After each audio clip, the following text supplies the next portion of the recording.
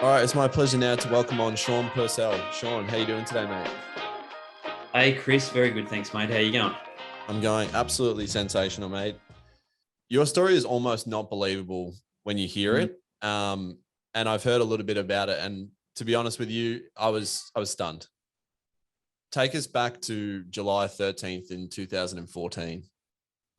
Yeah, well, thanks for having me on, Chris. It's an honour to be talking to you today, mate. And yeah, it's I'm grateful that I'm actually here to talk to you.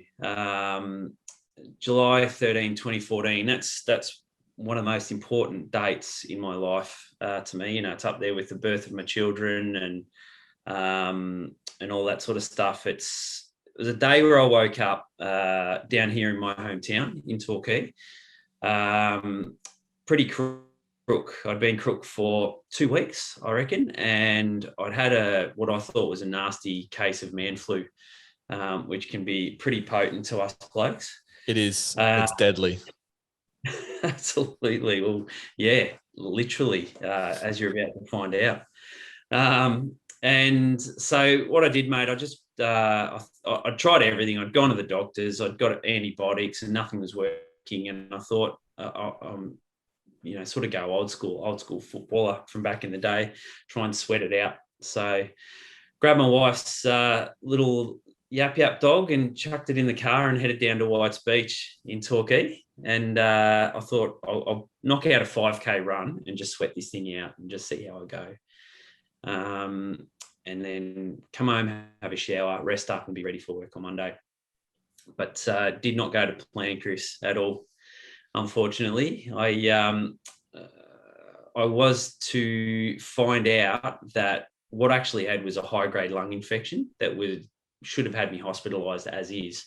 So I was struggling heavily, and by going for that run, I had increased my heart rate, increased blood flow throughout my body, and somehow spread. That lung infection had started to affect the functioning of my heart. So I was running barefoot. I think, my recollection, I have no recollection, but what I'm thinking is that I was so sick that I was too crook to even put my shoes on, basically. And I used to love running barefoot on the beach. So right near, tight on the waterline where the sand was the hardest, and I made my way out to a point, and on the way back, my heart began to fail. And I began to lose consciousness, basically. I veered left into the water. And from that point, my heart stopped altogether. I fell to my knees and fell face first in the water. It was as you said, it was July, so it was the middle of winter down here, and it's Arctic waters. So not many swimmers out. But it was the first sunny day for probably 2 weeks. So there were about 100 people on the beach. So I caused quite a scene as I fell face first. Took probably two or three guys to about 20, 30 seconds to realize I wasn't mucking around. My dog was going crazy, etc. They realized I was in a bit of trouble. So they came and dragged me out and flipped me over, and I was completely non-responsive. So no heartbeat, and I wasn't breathing. Those three guys, one was an ex-army officer, one was a retired nurse, and I think one was a businessman that had recently done his CPR. So they just started work on me straight away. As a bit of a crowd began to build, people rang the ambulance and were told that I wasn't going to get any assistance for about 40 minutes. So the helicopter was out in Geelong, and three or four of the ambulances were not available in my local area, so they were screwed. So can you imagine, mate, what that would have been like, having to face that? Yeah.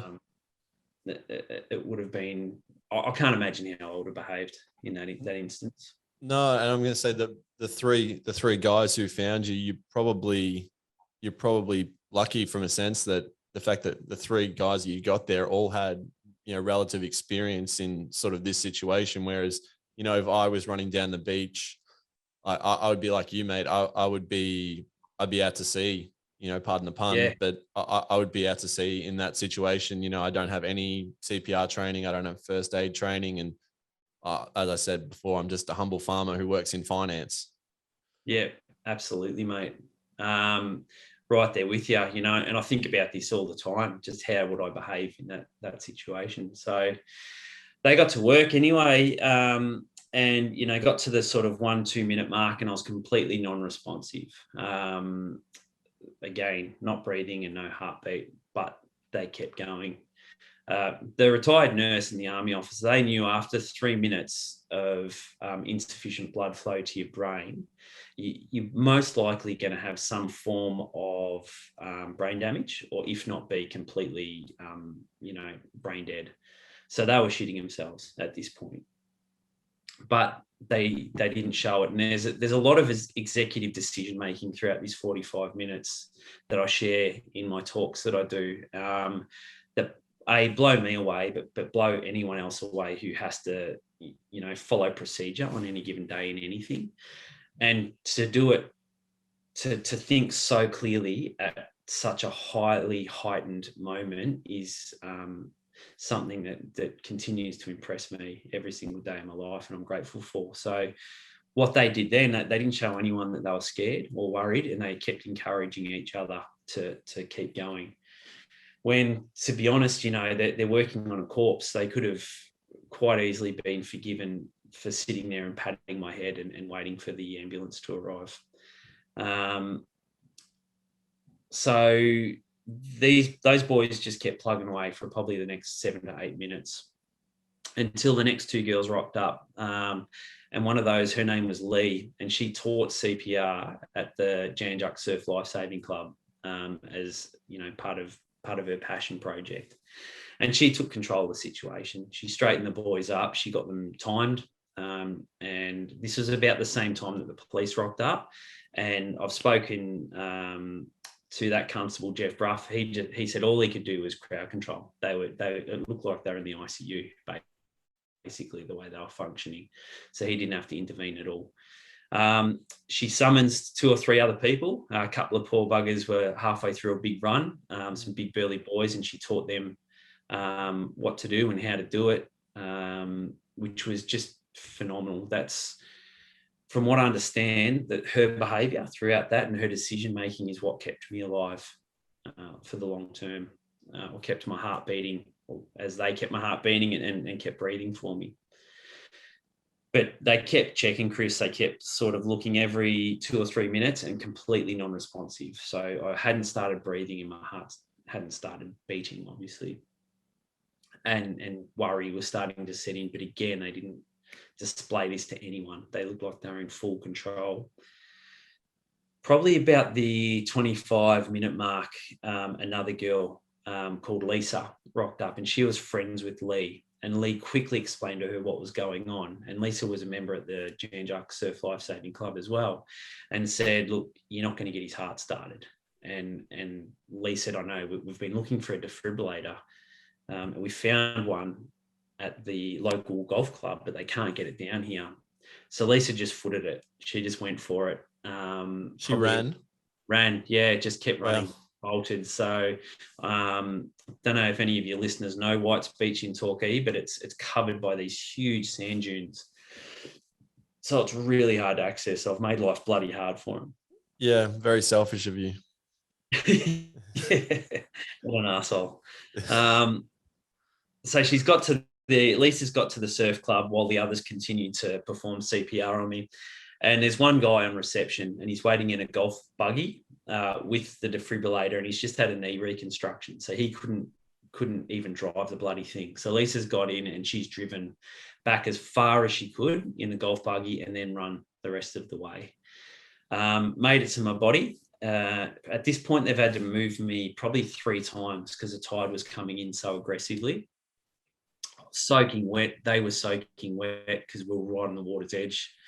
They ripped my shirt open. They put the 2 panels on, and they were about to hit go. And they had a mighty crowd at this stage, sort of all surrounding. And thankfully, there was no performance anxiety for these guys. But the first time in that 30 minutes, there was hesitation. Someone said, "Stop! You know, he's wet. The machine's wet. We're wet. If you hit go here, we're all going to get electrocuted." And that that's the point where a few of them have described to me how scared they were. They didn't know what to do from that point on. And then a third year med student just sort of made his way to the front of the crowd and said, "Hey, I've done a course on defibs last week, and I know that none of us are going to get electrocuted, just that guy." And they've just basically said, "Well, you hit the button then." And you've assembled a good squad at this point. Oh my God, it's better than the Avengers, Chris. The list of 5 or 6 people you've got, you literally have just assembled the best 5 or 6 people that you need in this situation. Yeah, it's absolute madness. Like the dot points that kept me alive. And if one of those had fallen over or not been present, I wouldn't be here. And they keep coming too. Like the hits just keep coming in regards to, things lining up for me to be alive. So, they hit the button and my heart started straight away. And, the Constable Bruff told me it was like someone kicked a goal at the MCG pre-COVID. And the crowd have gone bananas. And everyone's hugging and kissing and the machine. Definitely pre-COVID then. Yeah, definitely pre-COVID. But then my heart stopped again pretty much straight away. And the adulation and cheering died down and they hit the button again and my heart started again. And this sort of continued for the next 5 minutes where my heart would stop and I would need another boost. And no one can recall how many times they hit that button, but they just kept shocking me. My body would jump off the sand every time. So it was pretty visceral, for these people. They'd been working on this dead person and then all of a sudden they're shocking me. And I was grey at this point. I'd blown up like a whale with fluid retention. And it was right about this time where the paramedics arrived. So the helicopter arrived and a couple of ambulances arrived at the same time. They made their way down to my body, took control of the situation and said, "Look, first job is that someone's got to get rid of the bloody dog that keeps trying to bite us whenever we're near the body." So poor little Abby dog had thought that I'd been attacked for the last 40 odd minutes and she was frantic and someone's picked her up and checked the collar and got the phone number of my wife, Callie, and said, "Look, get down to White's Beach. Sean's in a bit of trouble." And so Cal made her way down and she just, what she saw was so far out of what she expected. Helicopter, people, my body. I was barely stable at the time. And she just leaned in. She got about 10 seconds with me before they had to take my body away and just said, "Look, please, don't you dare leave me." And that was it. That's all she got at that time. And she called her mum. Was told quickly that I'd be either at the Alfred or the Geelong Hospital. So get in the car, start driving that way. And she did. The helicopter took off and we soon found out that I got the last bed in ICU at the Geelong Hospital. Wow. Which was another one of those points, that the paramedics had said if I had to go to the Alfred, I probably wouldn't have survived the trip. So landed straight into emergency after an hour or so into ICU. And my wife turned up. My boys were brought from my previous relationship. My 2 sons, their mum brought them along. And my mum and dad and my brothers and their families all came up from Melbourne and were basically told, "Look, he's not going to survive tonight. We just can't stabilise him the way we would like to. And there's no brain activity either. So we're dealing with a very, very different Sean to the one So just get in, spend some time with him." And again, mate, I hear those stories, Chris. I can't believe I can't understand what that would have been like.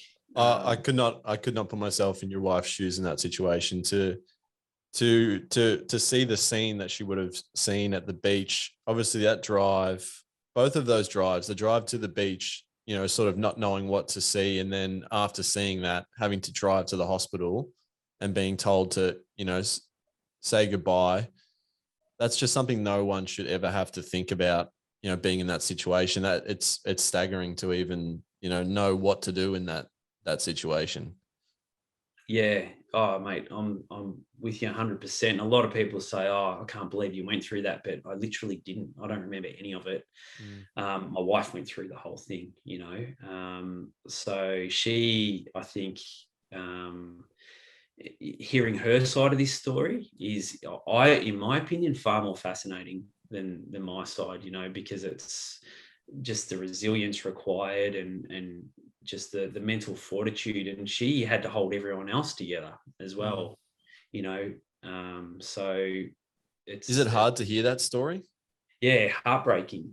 It really is. It's the person that you love more than anything in the world, and to feel that you put them through that, Yeah. it's really, really tough. And it's just proof to me that she's the toughest chick on earth.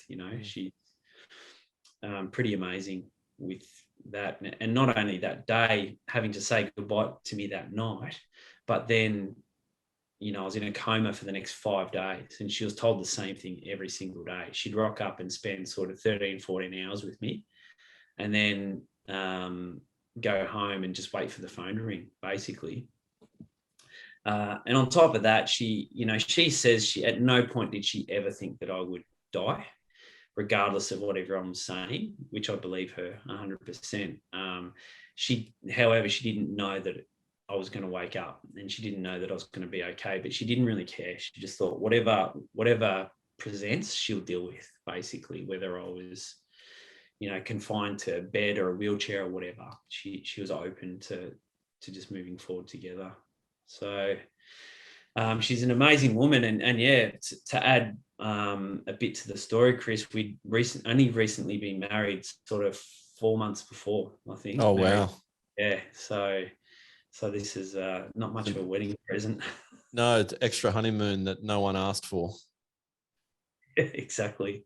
Yeah. So that was it. That was me stuck in a coma, and look, I think it was about day 5 that she rocked up, and it all felt a bit different. There were doctors hovering around my bed, which was really rare that time of the morning.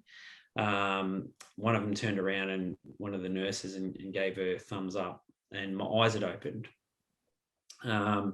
So she came over, and she was quickly whisked away and said, "Look, his eyes are open, but he's non-responsive. So we're talking to him, but he's not answering us, and he's not even looking at us. I think this is about it. This is as good as it gets." The next day she got there, and I started following people around the room and looking at people, and same sort of story. And then 3 or 4 days after, I started talking gibberish, and then I was putting sentences together, having conversations. And about 5 days post coma, I got out of bed and walked myself to the toilet with a walking frame. And that's when the neurologist just freaked out. They couldn't understand what was going on, and why, I'd improved so quickly, or improved at all. And the theory is that where I collapsed, I, as I told you, I ran into the water and collapsed in the water, and I was resuscitated on a bed of freezing cold, wet sand, and that had stopped my brain from swelling. So it was sort of optimal conditions for me to not end up with any brain damage at all. So, testing 3 months after that point found that I passed all my neurological testing, close to 100%. So many that know me debate whether brain damage set in or not, but I've got the paperwork, Chris. So I got bulk tests to prove it. I've seen yeah. the best neurosurgeons we have. I'm completely fine. Yeah, suck it. So yeah. Is that staggering to you, that there's no brain damage at all, considering the fact that you mentioned that, what is it, after 2 to 3 minutes with no blood flow to the brain, that's when the damage starts to occur? Yeah, that's where acquired brain injuries kick in, and long-term function issues kick in straight off. But I was I was 100%, and it was my biggest fear too, Chris. Once I was cognizant that I was alive and everything was okay and that I was going to be fine. My biggest fear wasn't my heart, it was whether I was brain damaged or not and what that meant for my future, whether I was employable or, what sort of a person I'd be. So that plagued me, because in that period before the testing, I was quite slow. I couldn't hold a conversation with yourself, for instance, for more than 5 minutes without drifting off or needing to sleep. I couldn't walk up my driveway without getting puffed out. So, yeah, I was really fearful at that point, mixed in with being absolutely grateful for being alive. What's the first thing you remember? Um, waking, I remember my time in the hospital.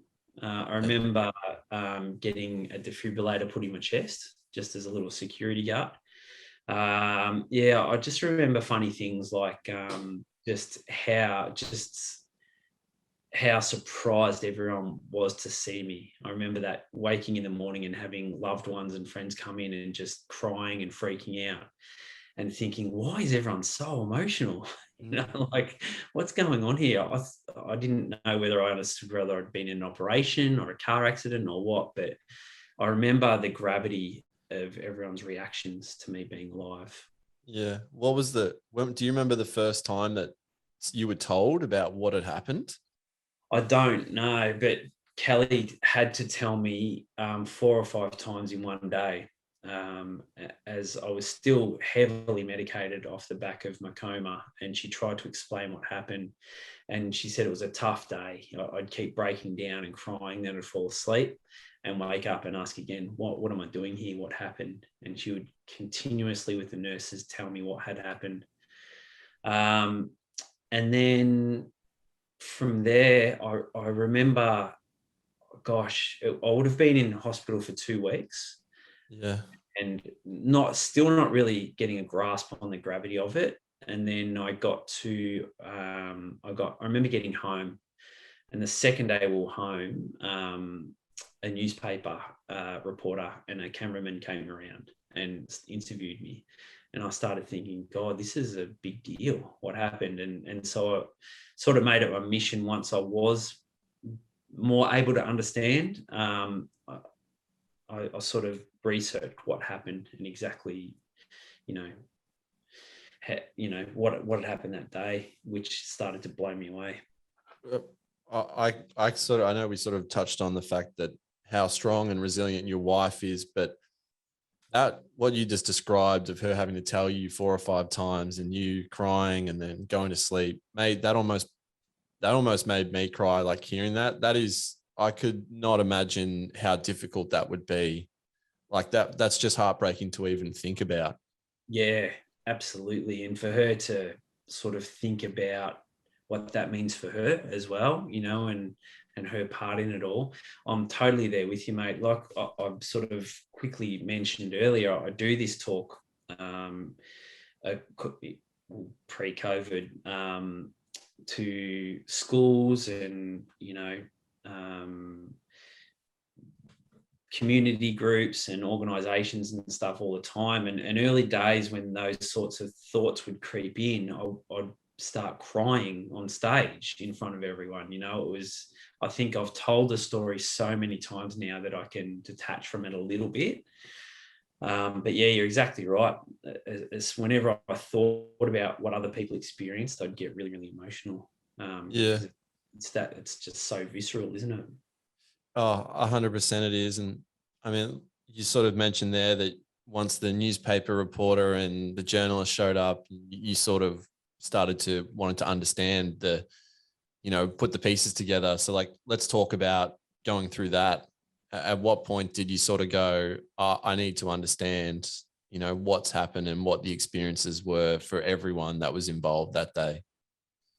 Yeah, so instantly, and something that's innate within me now is, and you and I have spoken about this earlier, is waking up first thing. The first thought I have every morning is, thank God I'm alive. Like, I put my feet on the ground, same ritual every single morning, regardless of where I am, and go, right, I'm alive. I've got 24 more hours at least. So let's rip in. So there's this massive level of gratitude. And from that point on, when I had dropped, I was in the finance industry, which, unlike you, mate, I was not very good at. And Oh, you don't know me well, mate. I'm not good at this. uh, My employer watches this. They'll be laughing their ass off. yeah, no, I sucked at it. I gave it a crack. I'd had a long history in the fitness industry and loved it. And I moved over for financial reasons. Kelly and I got married.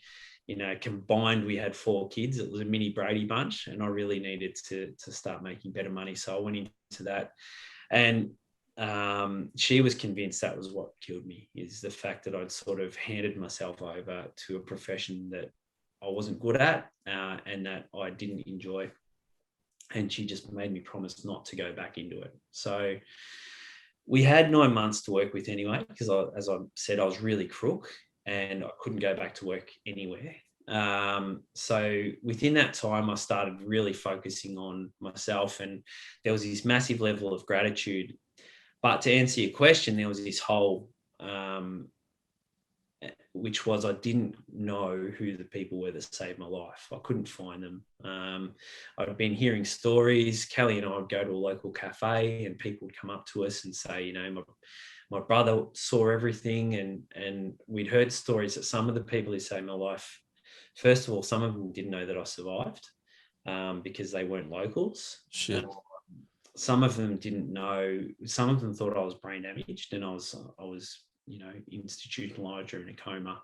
We're hearing all these stories, and it was, pardon the pun, but it was heartbreaking, because I needed them to know that I was fine, that I was alive, and that I was really, really grateful, and that I was aware and I was alert.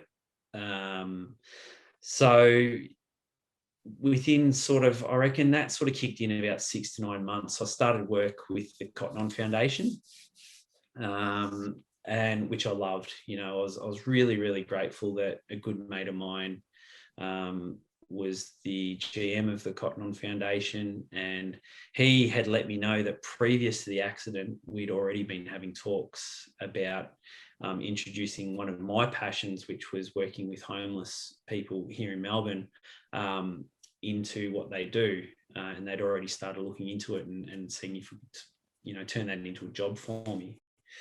So I started work there, and I was going all right. I was sort of working 2 or 3 days a week and sleeping all other days, etc., and just getting back on my feet, and had a wonderful support network. But there was this one night where it was really getting me down. And I'd rung that newspaper and said, could you do a story about finding the people? And they'd done that, and it had reaped no rewards.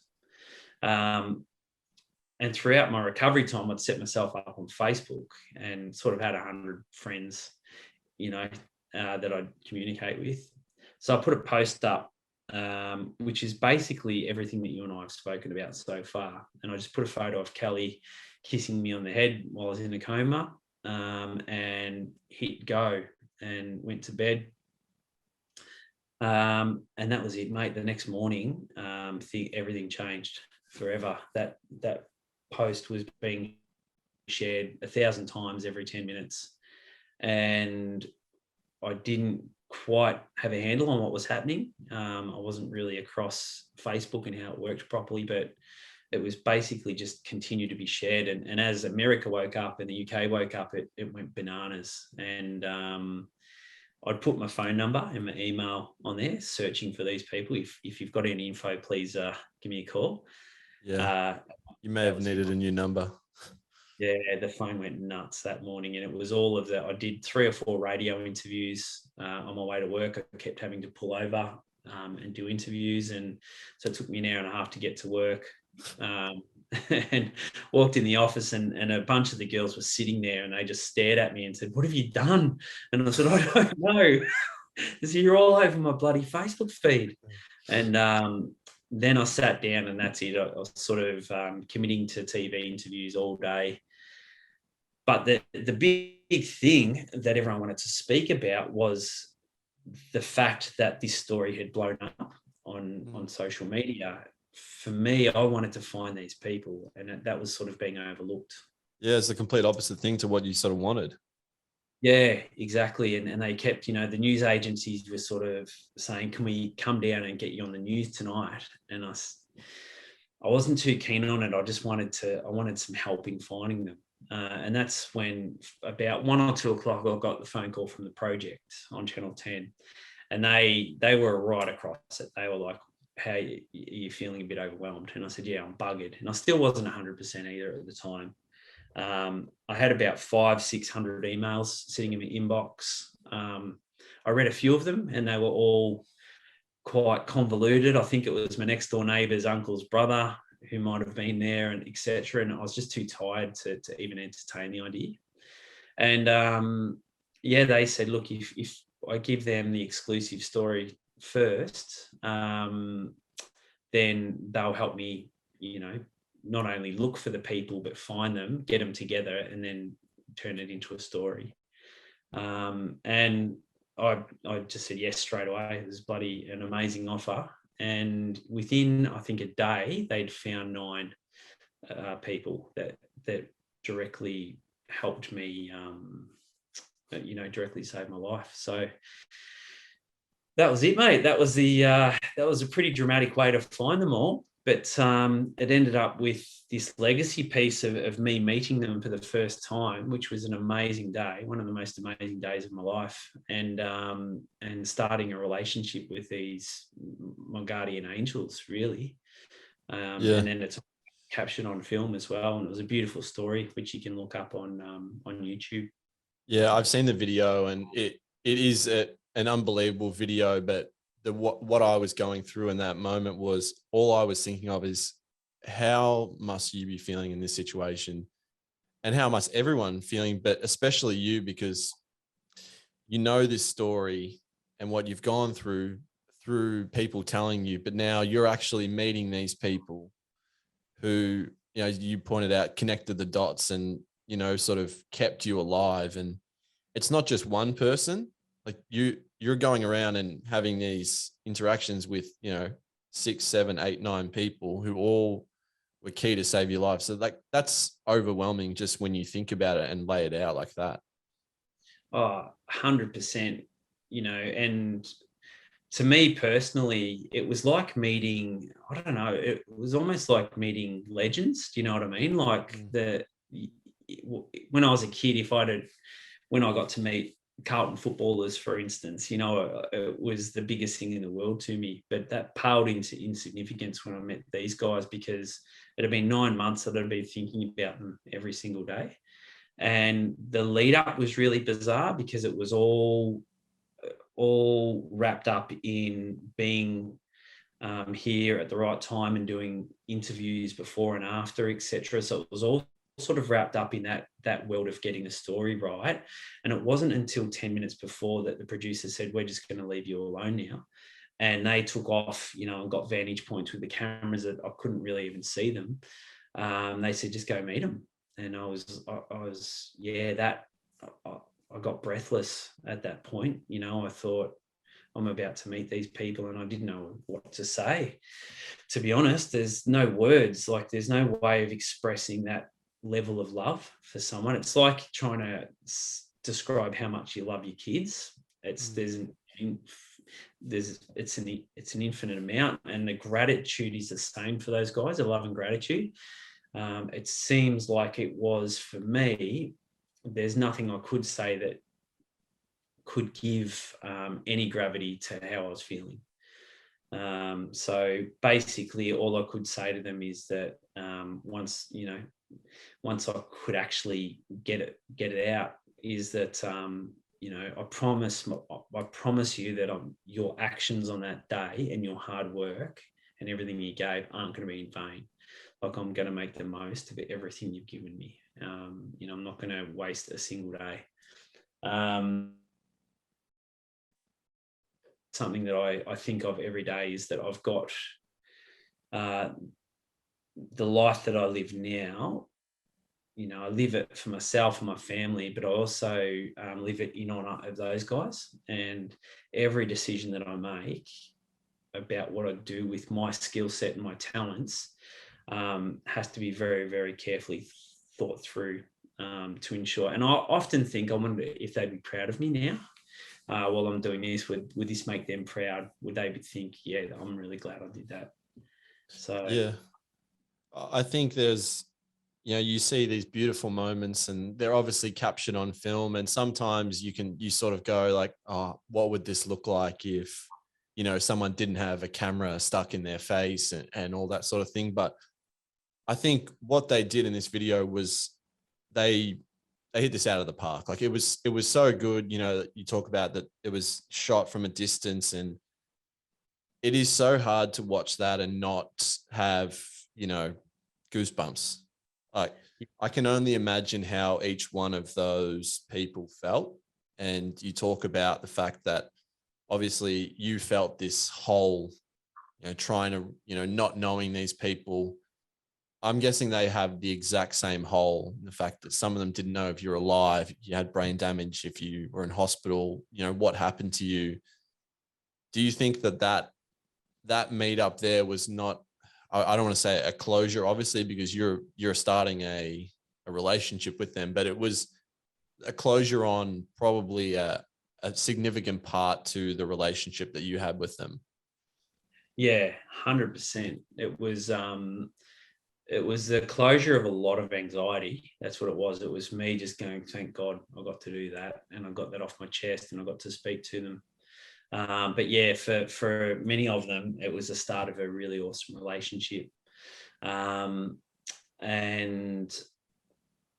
yeah, it was making something very real as well, knowing that they were real people, and they were nervous, and they were scared on the day. And I'm thankful I became really close with Lee, who was instrumental, and she looked after the whole situation. And she's very similar to me, sort of, to the point where she works with disadvantaged children and stuff like that as her vocation.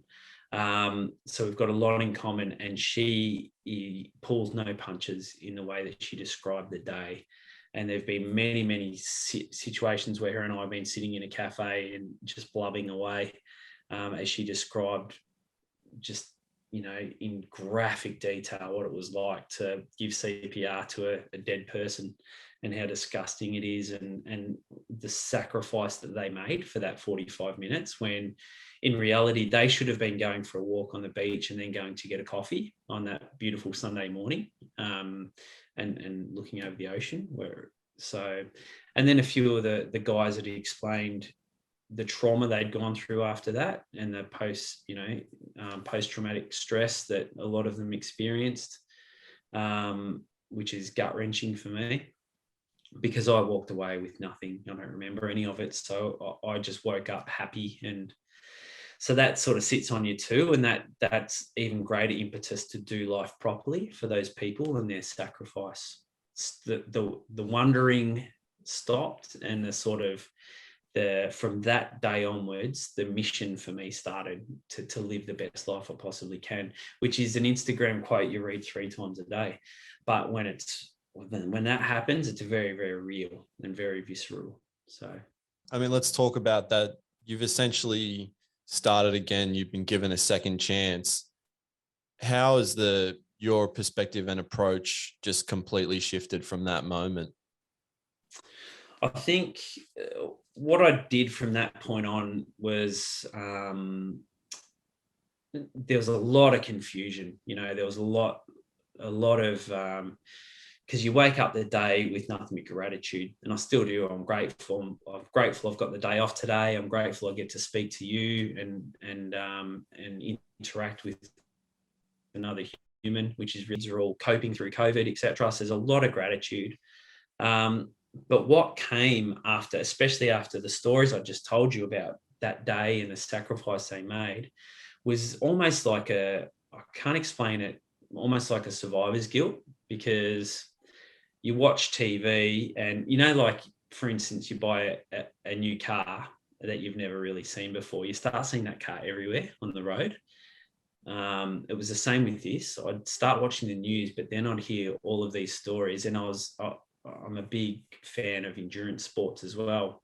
So you'd hear all these stories of these amazing fit people, with, beautiful people with beautiful families and stuff dying from sudden cardiac arrest, which is exactly what I suffered. And you sort of think, why did that happen? There are a few high profile ones where you actually see the impact of their family speaking afterwards and stuff. And in my talks, people would often come up to me afterwards and grab me and say, hey, my husband or my wife went through the same thing, but they didn't survive. So you'd have this sort of guilt. And what I know about guilt is it's a useless emotion. It doesn't serve. Like anxiety, which is something else that I suffer from, it serves me. I know that if I'm highly anxious, something's broken and it's got to be fixed. So I know to start looking to fix whatever's broken. And generally, for me personally, that alleviates that anxiety. So it's almost like a warning sign that something's not quite right. With guilt, though, it didn't feel the same. It felt useless, and it sort of dragged me back a bit. So from that point, I set myself up with sort of 3 golden rules. And this took me years to work out, and I've been working through it ever since. And I'll be working through it till the day I die to ensure that I can alleviate that guilt, and that I can look those people in the eyes and at the end of it all and say I did my best, and those 3 things, that they're really, really simple. It's the first one was to basically work out what's not good, what's going wrong in my life, or where I'm falling over. And anyone who knows me or has worked with me or my family know that I can get pretty grumpy and pretty short with people. And that was the biggest one. Just my moods and my attitude towards other people. I'm a massive introvert, even though I do lots of public speaking and stuff like that. I fill my bucket up from being alone. So when I'm around too many people, I would often get sort of a bit grumpy and a bit sooky. So that had to be addressed, and I had to be made aware whenever that was happening. Things like there were 5, 10 different things that I sort of dot pointed that I really had to work on. And that started to alleviate that guilt a little bit as well. The second thing I chose to look at was the things that I'm good at. So I thought I've really got to pull apart where my skill sets lie and understand them better, so that everybody around me can benefit from that. So I can, and some of the things I highlighted was that, I felt that I was a good communicator and I had compassion for other human beings. So look to move towards things that can force me to do that more and more every day. And thirdly, the last thing I went to focus on, and something that I found really, really hard, was to stop worrying about what everyone else thought, and just hit life with absolute enthusiasm and be unapologetic in my decision making and the things I choose to do. People don't really care what you do, what you think. They care a lot less about us than what we think they do. So, and I grew up in a small town. I grew up in a town where everyone knew everyone's business, and peer pressure was heightened. So I decided that whatever I was going to do, I'd move into it and execute enthusiastically and unapologetically. And that last one is what has made my life fantastic from that day onwards. Everything I hit at 100% with enthusiasm. And I say yes to it unapologetically, or no unapologetically if it doesn't fit within that world. It is amazing when you think about how much we do actually worry about as humans. When if you said to me, should I wear this t-shirt or should I wear that t-shirt? And I'm like, mate, you look fine either way. Like it's a t-shirt, but I could also myself, pull up 3 t-shirts and go, oh, I don't really like that skin tone, that next to my skin tone, or I don't think blue goes with a black hat. And it's just, if you actually narrow down on the amount of time during a day that we are in this frame of mind, Yeah. it probably would absolutely shock us to our core to think about that. Absolutely. And it's elevated through social, isn't it? Like everyone is putting up a good front on social media, and putting their best foot forward. And if, everyone's quick to criticize each other on social as well, like we're living in cancel culture where if you fuck up once, you're demonized immediately. Whereas, when they screw up, they should be embraced and said, hey, it's okay, I screw up too. And that just doesn't happen. And it seems to me like that's elevated. I'm 44 now, and so I'm not, I don't lean into social as much as my children do, who are in their late teens and early 20s. So I can't imagine what it's like for them, what they're going through with that. Yeah. And trying to understand their own identity, but then to try and portray it as the right identity to everyone else. I'm a big harper on the fact that I hate social media.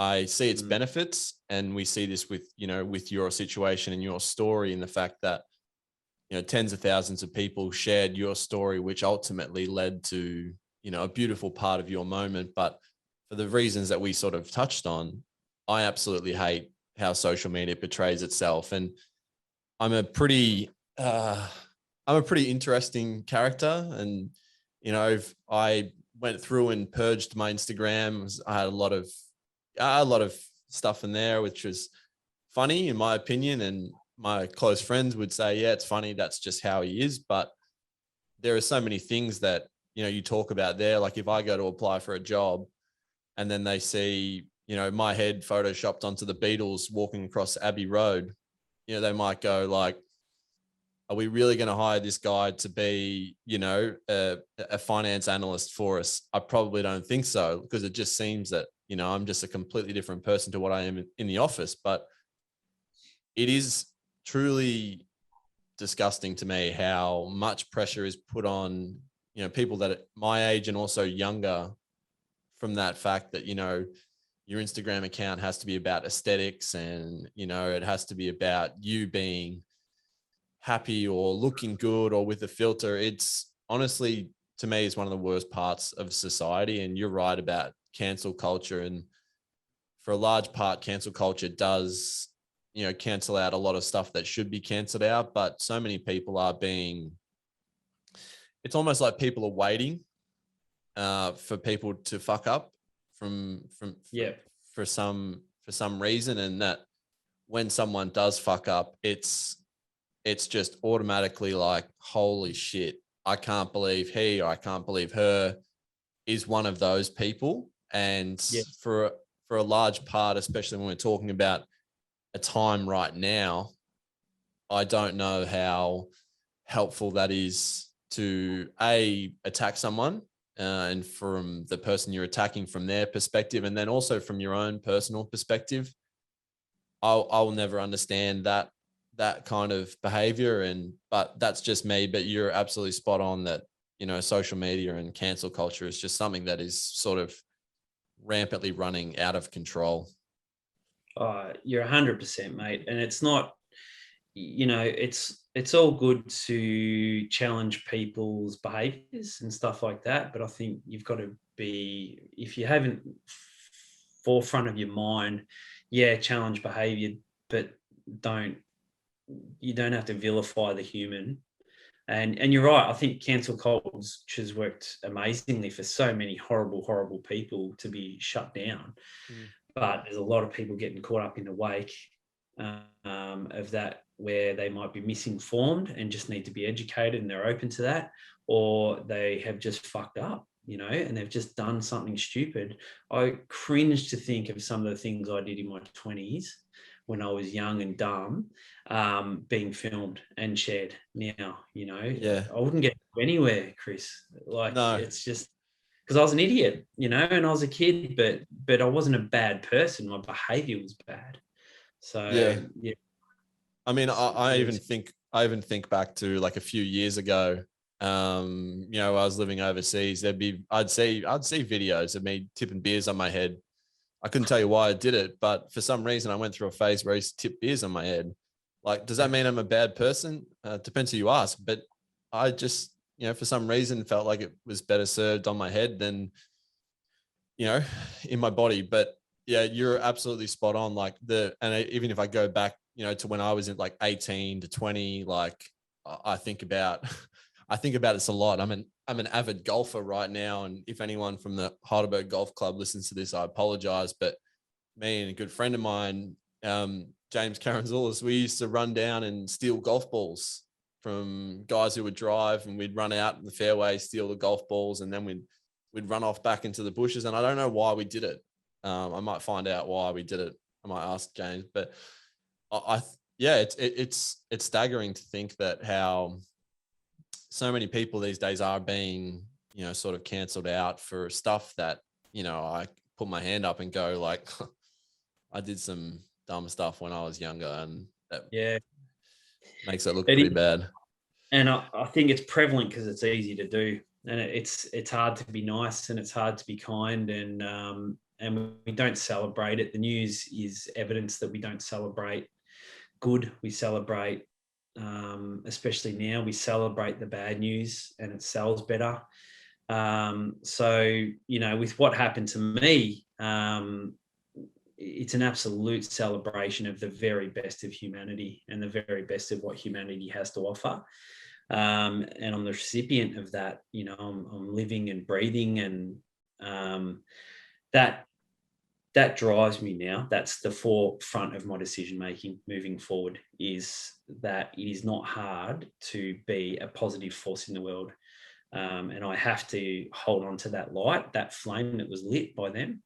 And yeah, in the exact opposite to what you were just saying, you know, in regards to pulling people apart, it's so easy day to day to build people up. You know, when you go to a cafe to get a coffee, it is so easy to say to that barista, that's the best coffee I've had in a long time. I really appreciate that. And I go out of my way to do that, and I mean it. Like, I take a sip and I go, "It's a great coffee. Thanks for doing that."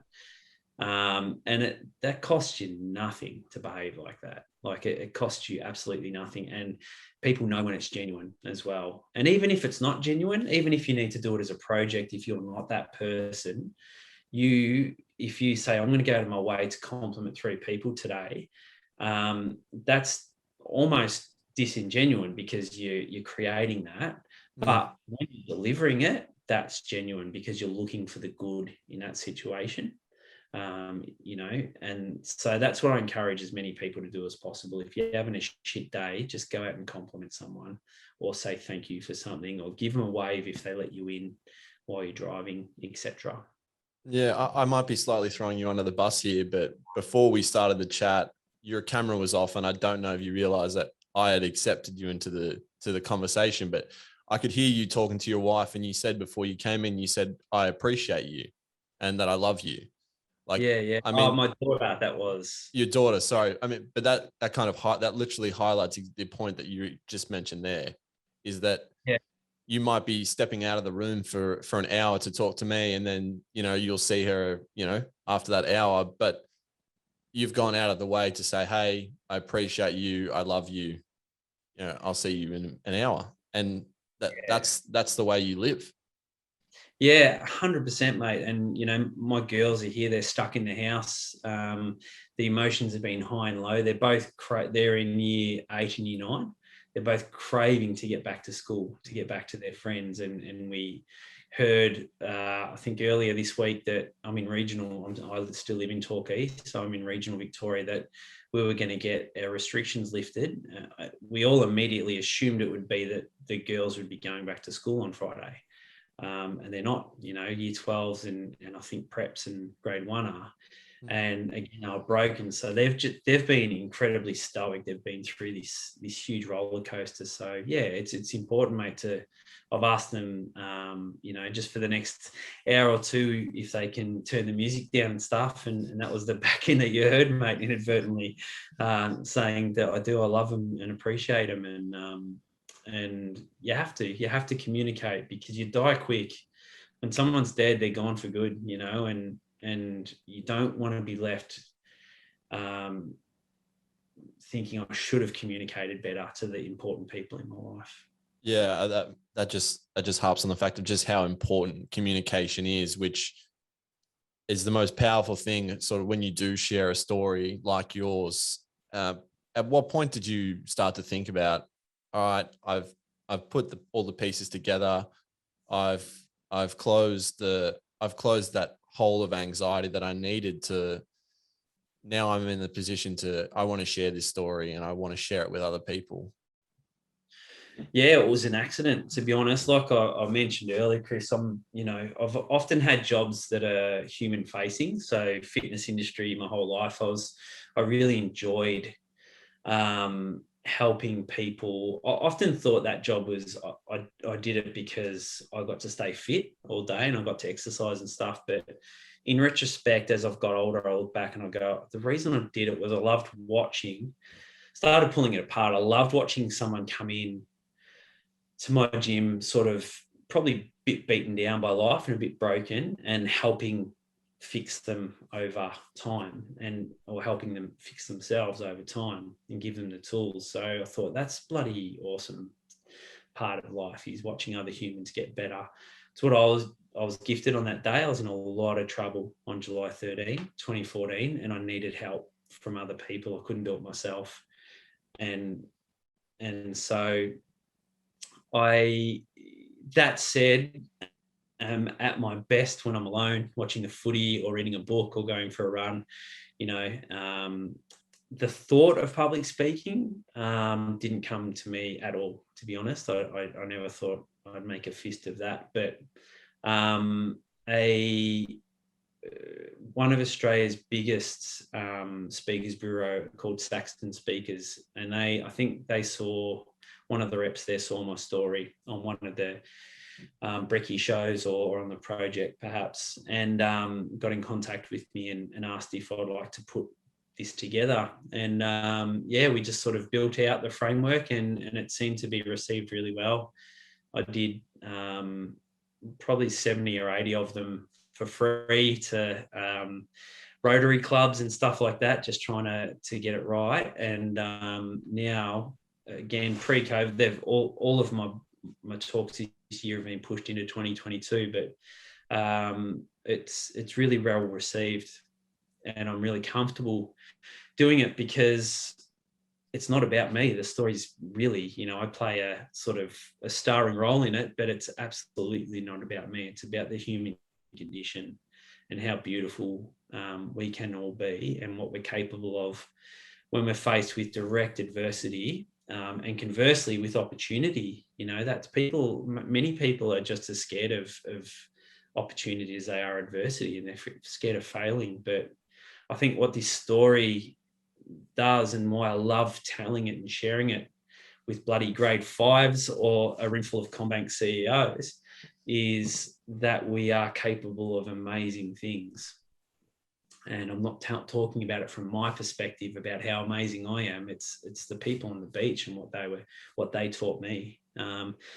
And just keep that flame burning, like they lit a fire. I've just got to keep passing it on. And that's the big message out of my story. I think that's the one thing I've noticed about the way you've spoken, the past hour, is that there's a real selflessness to the way you approach things now. And I'm not saying by any means that, before the accident that, you wouldn't have felt like this, but you talking about the fact that every decision I make moving forward, in the back of my mind, I have those 9 strangers, in the back of my mind, and say, is this going to make them proud? And, you say you sharing the story, not to highlight the fact that, hey, look at me. I went for a run one day. I died 45 minutes and now I'm back, and, get around me. It's to shine a light on the fact that here are, random strangers who were going out for a walk to get coffee in the morning. They've been shone in, especially Lee. I was blown away by sort of her role in the whole thing. They've just been thrown into this whole thing. They've had to then go straight into action and to save someone's life. And one false step and that person's dead. Like, is that something that's just so prevalent in the selflessness is just so prevalent now in your current life, or the sort of the life after the accident? Yeah, absolutely, mate. It is, and it's the forefront of every decision that I make in regards to big decisions, small decisions, how I'm going to behave in any certain situations. And it sounds very serious, but it's not as heavy as it sounds. I'm still an ass clown with my mates, and I'm still very much me, but there's always kindness at the foundation of how I approach everything, and trying to understand the people that I'm sort of spending time with or conversing with, trying to understand their situation and what they're going through. And that's all born from what was given to me, which was everything. My whole life is a gift, which it does. It sounds like a throwaway cliche, but it's not. It's absolutely every experience I have is a gift from those people. So yeah, it's every day. It's at the forefront of my mind. It's not always. It's obviously a lot more serious when I'm speaking about it, in particular, like I am with you. But it makes life great, man. Like I love my life. I love everything about it. I've put on bloody 5 or 6 kilos over COVID. I'm not bugging out about it. You look great. Oh, thank you, mate. I'll take that. There you go. Yeah. But for me, that would have really bugged me out when I was fit and healthy. But now it's just a challenge. It's great. I've got 6 kilos to lose. Let's have fun. Let's go for a run. Let's go to the gym when it opens, etc. So just everything is a lot more cruisy, a lot more relaxed most of the time. And if it's not, I try to pull myself up on it, and I try to go, okay, what's going on? Why have I got the shits today? Or why am I anxious, etc. A random question here. Do you remember when was the first time you went for a run again? It was, I do remember, because I had a lot of trouble with my heart afterwards. So there were issues with the electrical current, which was causing my heart rate to elevate really quickly for no reason.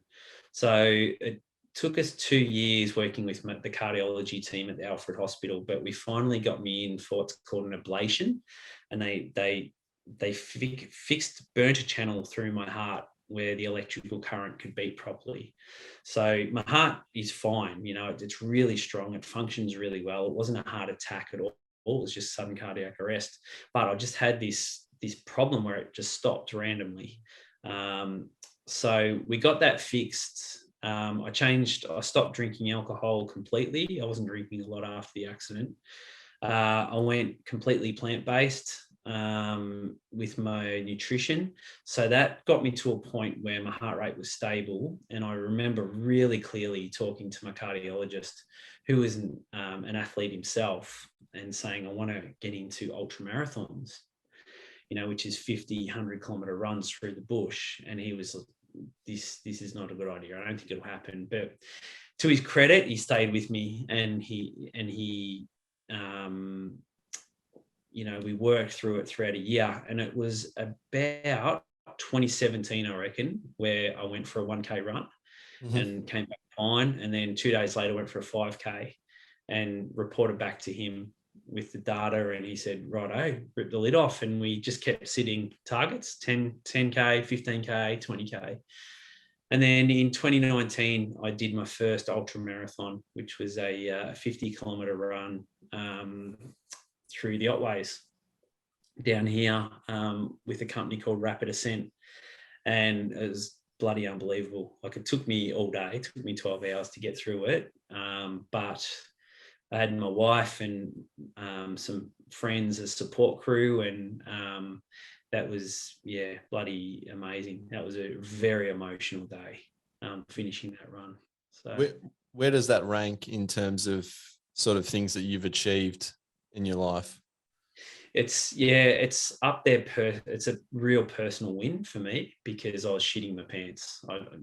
Constantly thinking about what happens if I drop dead in the middle of the bush, and just the fear is at you the whole time. So when I got it done, it was massive. Not so much for what it was; it's only a run through the bush, but for what it means. It means that I can now push forward and try to accomplish bigger and better runs. Without I've that got, fear. yeah, absolutely. Knowing that we've been really careful, that I've got my defibrillator in my chest, that I'm fully monitored the whole way, that I'm not being silly about it. I'm keeping my heart rate down, probably more aware of my heart health than any other person in that race, I reckon, in regards to my heart rate and all that sort of stuff. So, and incredibly grateful to that company, Rapid Ascent, for allowing me to run. They didn't have to do that. I think I ticked every negative box on the health checklist. Every red flag went off for that. Yeah, which means do not let this guy run. But we had many meetings about it, and they were so supportive. And that will now allow me to do bigger and better races once the world opens up. So I think that's honestly one of the most mind-boggling things about this whole conversation, I reckon, which is hard to believe, is the fact that after everything that you've gone through, you've been able to do a 50-kilometer run through the Otways and say, let's not be silly about it. Yeah. That might, yeah, I get where that sounds absolutely ridiculous. But do you know what, mate? I had this spiritual moment as I was probably 5K out from, that was exactly 5K actually, because I was on my watch and they had signage and stuff, and I could hear the finish line, and the sun had just gone down, and I could see it. I was coming through the bush on the top of Anglesey, running down into Anglesey, and it was on the river, the finish line. So I could see the lights and the DJ pumping. It was this huge setup, tents everywhere. And I could hear the announcer calling other runners in to the race and stuff like that. And it was 5K mark. And I thought back to the fact that run I went on when I dropped dead was 5K, and I never got to finish it. I sort of got 3K in and dropped dead. And I thought, this is a great moment, Shauno. You get to finish the 5K, and there's going to be loved ones at the finish line, and everyone was cheering and all that sort of shit. And they interviewed me afterwards, and it was just an amazing moment. So yeah, it was like a movie. Not a lot of people get those moments, and I was really, really mindful and grateful for it. Yeah, no, that's absolutely remarkable, mate. And you talk about that. It does sound like a movie. Like this whole thing could very easily be a movie. I've seen a lot worse movies made. So it is truly remarkable. I think one thing that is really important for us to touch on is CPR and CPR training. I know I mentioned at the start that I'm not first aid trained. I'm not CPR trained. I'm going to do that when I can. I'm not sure how it works with COVID right now, but I'm absolutely going to, because this whole conversation just harps on the fact that you never know when you're going to be in this situation that these 9 strangers were in. Like, talk about how important it is for someone to do something like that. Yeah, it's incredibly important, and it's so, like, I've just recently completed my latest first aid training as well as defibrillator training, and it's just so easy, mate. It's just so easy to do, and it's such common sense. A lot of people think it's a unicorn, and you have to have half a medical degree. You really don't. You just have to have some semblance of common sense and confidence to make the right decisions. Even CPR itself is really, really easy now. They've all but eliminated the breathing aspect of it. So it's just all about compressions and keeping that heart working and moving. So yeah, I can't. And again, I would tell any first aid company out there, I'm happy to advocate for free for anything they're ever doing. If they need to share my story or need me to come and share it, I'm bang up for it, because literally saved my life. And then awareness of defibrillators and where to find them. So I would not have survived without that defibrillator. I've since gone back to the Sands Golf Club who supplied it to us and thanked them personally and seen the actual unit that saved my life. They held on to it. And they're so easy to use too, Chris. You pop them open and the computer talks to you the whole way through, tells you what to do, what not to do. So obviously I'm a massive advocate, and there've been a number of companies. I spoke to Greg Page a couple of months ago, the Yellow Wiggle, the original Yellow Wiggle, who went through a similar experience to me, and he's setting up an amazing company as well to distribute defibs all over the country. So called Heart of the Nation. So any company like that, I get behind 100%. Yeah, no, super stuff. What's the biggest takeaway from all of this and this experience for you personally? And then if you were to give me one bit of advice, what would it be? So biggest takeaway is that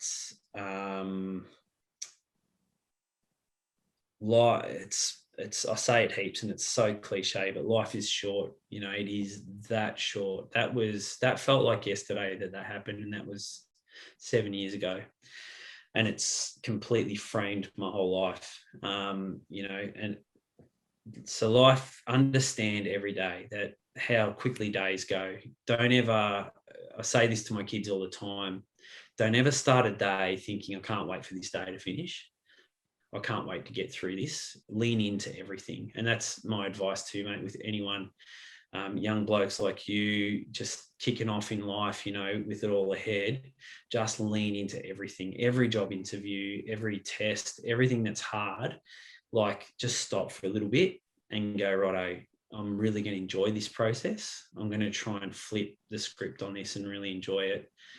And I've recently started a new career in corrections as a correctional officer, working with really, really broken people who are locked away for a very, very, very long time. And it scared the shit out of me. The whole process was arduous. The training, the physical side of things, the mental side of things, the psychological side of things was really, really tough. And there were days where, for the first time in my life after that accident, I thought, I don't want to go to work today. I don't want to go through what I'm about to experience today. But all I do in that instance is sit myself down. I'm coming to you from the only man room in my whole house filled up with women, the Zen Den, we call it. And you're probably lucky to have that, if we're being honest. Very grateful. Yeah. And I'll just sit here, Chris, and I'll just go, right, hey, let's lean into it. Where's the anxiety come from? Where's the worry come from? And that's sort of the next bit of my advice to you or anyone who's listening, is to understand your skill set. So really, really listen to people around you who say, you're so good at this, or you're so good at that, or you're such a good communicator, and lean into those things. Don't be ashamed of them. Don't be embarrassed by them. Really go, yeah, you know what? I am good at this, and I can do this, and I can do that. And sort of understand where you're going to use those things in your toolkit to get through the things that you're worried about. Does that make sense? So it's absolutely.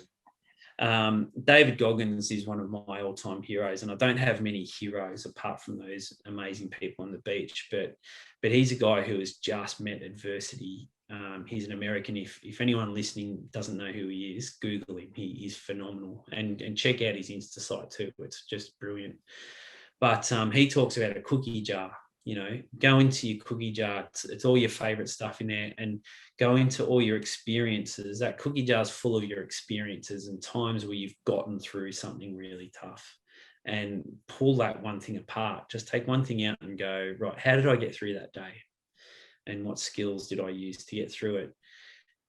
And if you can spend 15, 20 minutes with yourself going through that, whatever you're about to experience that day, you know that you're going to do well because you've done it before. So that's the first part of that tip, is is understand how good you are, understand what you've got in your cookie jar, what you're capable of, and don't ever waste opportunities and don't ever wish time away. And the second part is, if you know that you don't have the skill set to accomplish what you want to accomplish, surround yourself with people who do, people you trust, people who are doing what you want to do. Go at it unashamedly. You know, so many people, again, are scared to approach people and say, can you help me? Find those people and go, hey, you know, my name's Chris. This is what I want to achieve and accomplish. Can you please help me? And they'll either tell you to piss off. If they do, you know they're the wrong people. And Most people tell me to piss off, mate. Well, that's all. That's an elimination process, mate, on your behalf. You know what I mean? You're just like, right, you're not the man or the girl for the job. Or they'll go, yeah, man, what do you want? You know, and then use what you've got to leverage off them and help get them to help you. You can't go wrong on it, I reckon. After that, like, you just, whatever you want to achieve, you're going to nail moving forward. So use what you got, and if you don't got it, get it from someone else. You know, and that's more connection, and it's more people on your side, and life's bloody great after that. No, absolutely. Life is bloody great, mate. You have rendered me almost speechless at times during this conversation. So I thank you very much for coming on to share this absolutely mind-boggling story, because it is incredible. And I absolutely love the way that you attack life after the accident, and how grateful and the gratitude that you show to the ones around you and to everyone. So thank you very much for sharing the story and for being just the way you are. You're most welcome, mate. It's an honor to be on, and thanks for thinking of me. Good on you. No, thank you very much, mate.